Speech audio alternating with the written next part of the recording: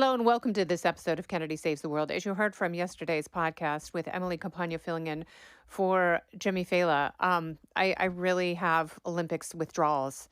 And, last night I was watching American Ninja Warrior before I tuned in finally to the conversation with Elon Musk and Donald Trump, which I thought was very interesting and consequential. So no matter how you're voting, this is what I want you to do with both candidates. And I think this is very, very important.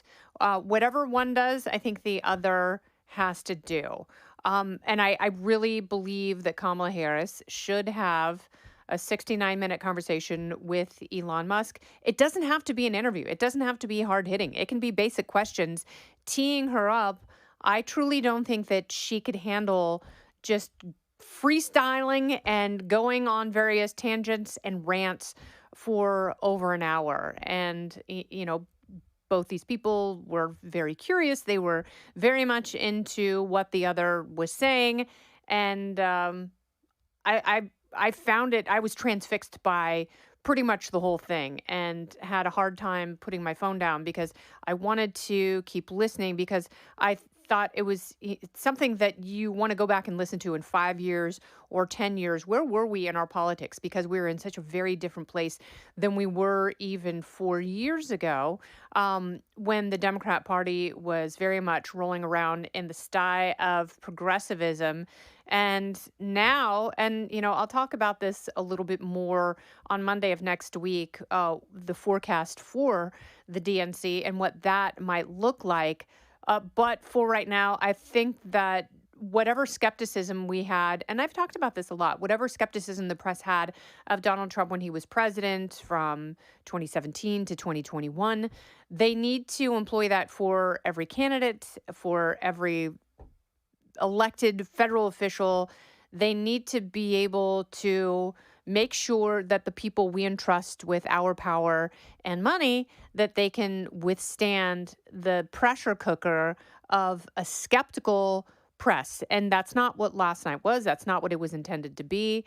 Um, but it would be very nice if Kamala Harris could sit and have the same kind of conversation and, speak thoughtfully about what she believes in most, because the fear for people around her, and I would say pretty much every American, is that she doesn't necessarily know what she believes.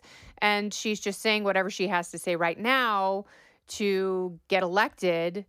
And I don't think that the presidency should be a coronation. I don't think it should be an easy thing for someone like that who has risen through an unchallenging system, like the Democratic machine in California.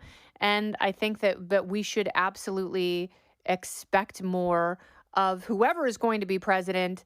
And I don't think that she could talk about monetary policy and AI and immigration and all of those things at length, extemporaneously, when someone, it might be distracting her with side questions that might lead her astray. I don't think she can go astray. I don't think she can go straight forward.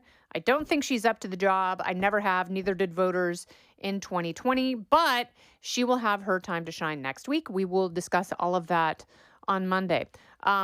So I do hope you tune in for the conversation on X, on Spaces.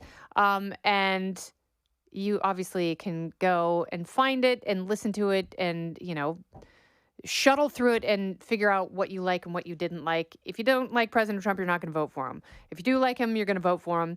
It's the people who have been disserved by both parties for a long time who will be obviously the most interesting voters that both sides will try and reach out to and attract. Obviously, RFK Jr. has pretty much given up at this point, so he's really a non-starter.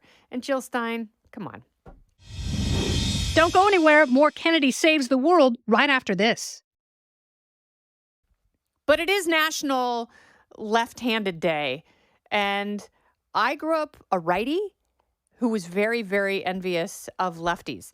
My mom is a natural lefty, and my brother is a lefty. And I never wanted to sit on the left side of him when we were eating, obviously, because lefties are very aggressive eaters. And I think they take great pleasure and elbowing everyone else at the table. And righties don't do the same thing. It's not like righties are sitting here elbowing you in the jaw. But if you have a sibling who happens to be left-handed, you know exactly what I'm talking about.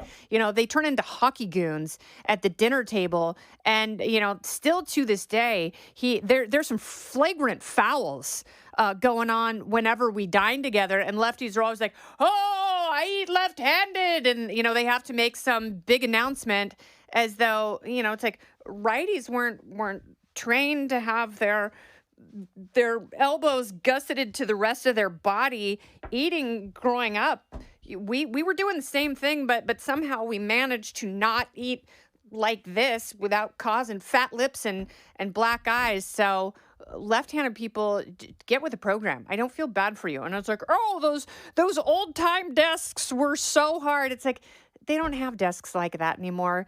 Figure it out and adapt. You're all fine. But I wanted to be a lefty because I know that left-handed people, I think they're a little bit smarter. They're definitely more creative. Whenever I go to a restaurant and the waiter or waitress or server, however you would like to be addressed, no tax on tips. Whenever they write left-handed, I'm like, ooh, a lefty, creative. Oprah Winfrey is left-handed, and a bunch of other people are too. 10% of the population happens to be left-handed. And my mom, interestingly, as I said, also a natural lefty. And the reason I qualify that and say natural is because when they came to the United States from Romania and went to Catholic school, the nuns would not just hit them with rulers, the nuns would beat them if they wrote with their left hand. So my mom had to teach herself how to write with her right hand. So my mom is now ambidextrous because she forced herself, even though it was very unnatural for her, to write with her right hand.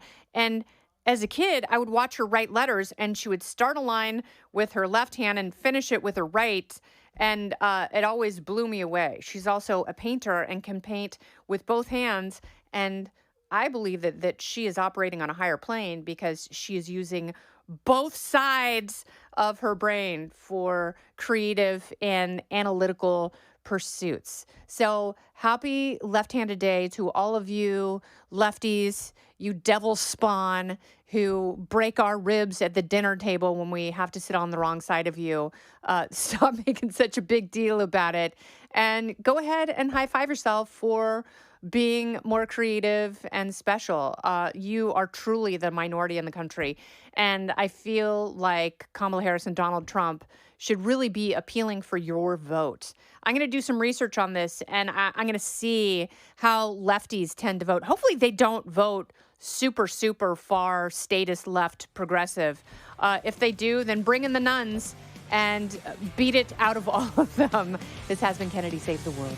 I'm Kennedy.